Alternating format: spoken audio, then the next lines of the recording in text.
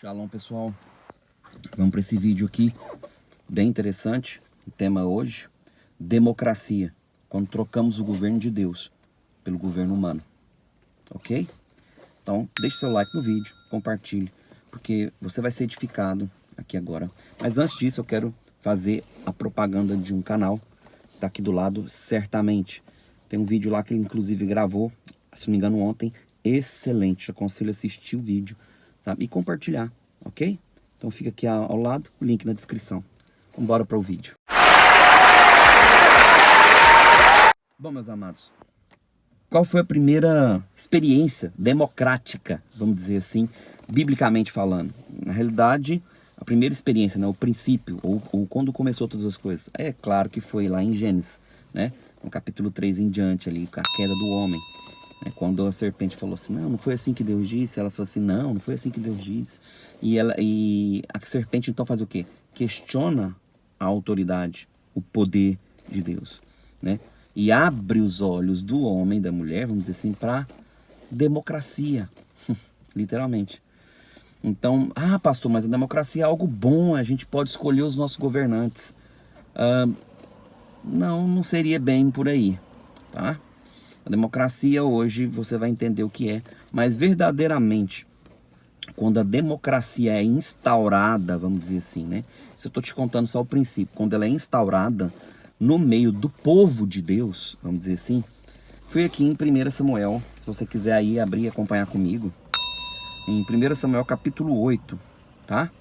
Tá aqui do lado aqui o texto. Porque eu vou contar para você a história e vou ler aqui o versículo a partir do versículo 7, quando Deus responde a Samuel. Porque Samuel tinha ficado triste, ok?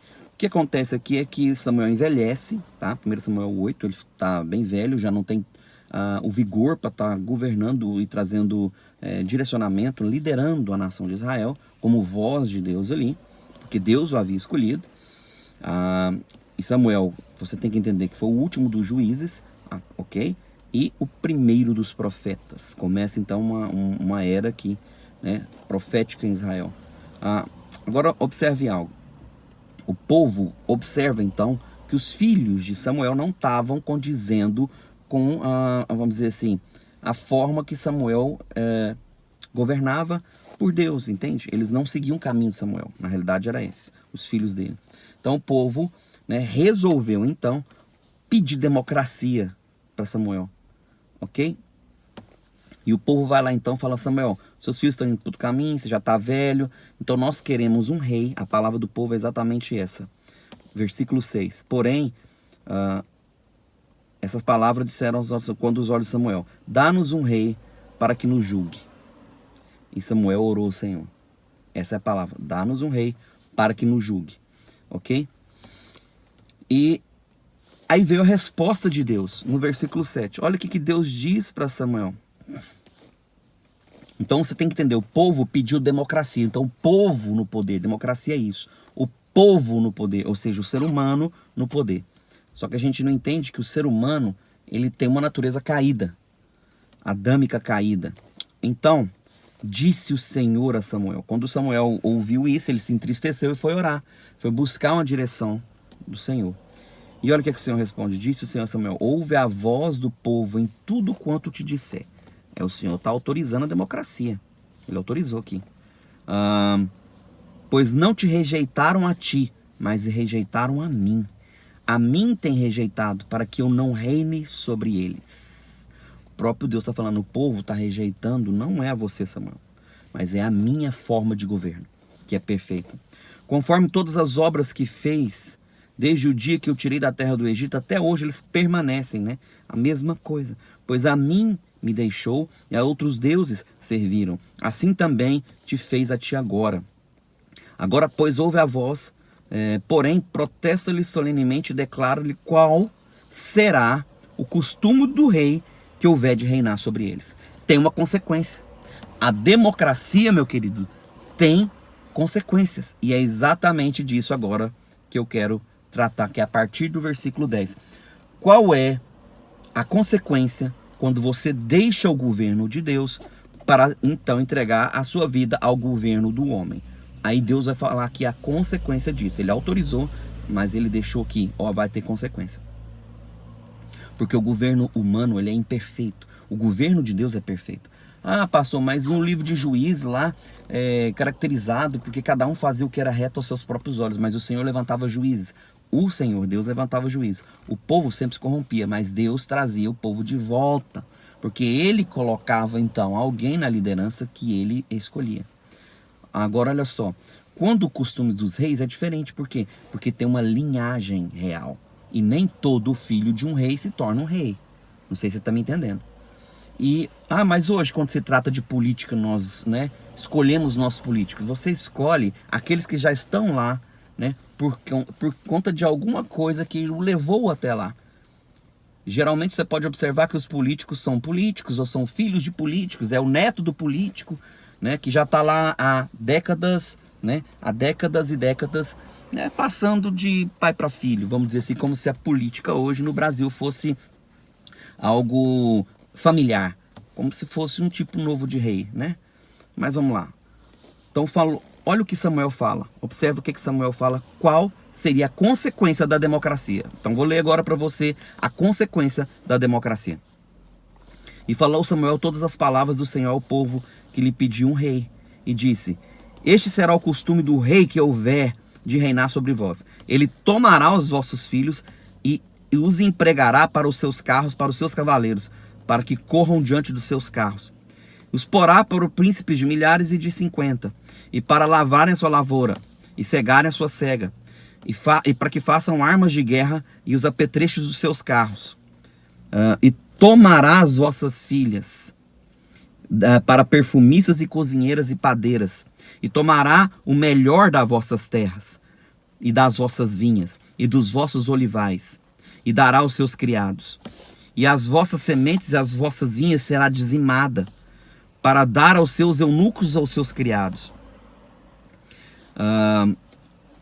Também os vossos criados e as vossas criadas, e os vossos melhores jovens, e os vossos jumentos tomará e os empregará no trabalho do rei. Dizimará o vosso rebanho, e vós servireis de criados. Então, naquele dia, clamareis por causa do vosso rei. Olha só, naquele dia, clamareis por causa do vosso governante. Naquele dia, então, clamareis por causa do vosso presidente, por causa de qualquer um que tiver no poder, que vocês escolheram. O texto está aqui. Então, naquele dia, clamareis pelo vosso rei, o qual vocês escolheram. Mas o Senhor não vos ouvirá naquele dia. Forte essa palavra, né, meu querido? Aí eu te pergunto, você ainda acha que democracia é algo de Deus? Deixa eu consertar aqui meu celular. Você ainda acha que democracia é algo de Deus? Já te dei o texto, já te dei a dica. E eu quero dizer algo para você aqui, nessa manhã que me ouve. Querido, a forma de governo de Deus é teocracia. É Ele no poder, porque só Ele, entenda isso, só o Senhor tem a capacidade, de fazer com que todos nós nos tornemos um, só Ele. O homem, pode tentar imitar o governo de Deus, e na realidade, o fim dos tempos se trata disso. O que se trata os fins dos tempos? O que se trata, vamos dizer assim, o 666, É o homem no poder completo, ou seja, o homem fazendo o seu próprio caminho. É o ápice desse sistema democrático, que não é democrático. Entenda por quê? Porque você chama de democracia, eu falo que não é, porque os que estão no poder são só novas cartas do baralho que vão se trocando. Na realidade, na sua maioria. É óbvio que tem exceções, tá? Porque quando Deus escolhe, há as exceções para que o povo seja livre. Como aconteceu lá em Juízes, entenda o que eu estou dizendo. É óbvio que Deus levanta no meio dessa democracia algumas pessoas para trazer livramento no meio do jugo que o povo vem sofrendo, tá?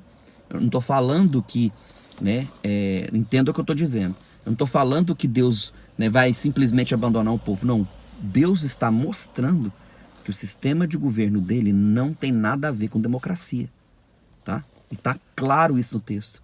mas é óbvio que Deus nos dá alívios, tá? Então eu considero a eleição, por exemplo, né, do governo que está agora no Brasil, nos Estados Unidos, vamos colocar Donald Trump e Bolsonaro, que é o quê? Um alívio temporário do jugo de escravidão, roubo e uma série de coisas erradas que vem acontecendo nas nações. Entende? Não quer dizer que Deus aprovou a democracia. Quer dizer que no meio desse caos terrível, Deus precisava levantar pessoas para poder corrigir um pouco do jugo que está sobre o povo. Entende o que eu estou dizendo? Então, entenda isso. Quando o Senhor Jesus voltar, ele vai implantar a forma correta do governo de Deus, que é sermos um. Como foi a igreja antiga de Atos, dos apóstolos. Entende? Eram um só coração, uma só fé. Atos. Então o Espírito Santo ele começa a trazer isso no meio da igreja. Entende? Teocracia. Ah, o Estado é laico. O Estado é laico porque é democrata. Mas eu sou filho de Deus. E eu creio no sistema correto de governo. Deus no poder. Entende o que eu estou dizendo? Então, irmãos, é isso. Democracia é uma forma de governo caída, ok? É uma forma de governo que não foi aprovada por Deus. E é exatamente isso que vai culminar no fim dos tempos. O governo total do homem, imbuído do poder de Satanás para oprimir o povo, usando como pano de fundo a democracia, ok? O pano de fundo sempre será o bem da humanidade e a democracia.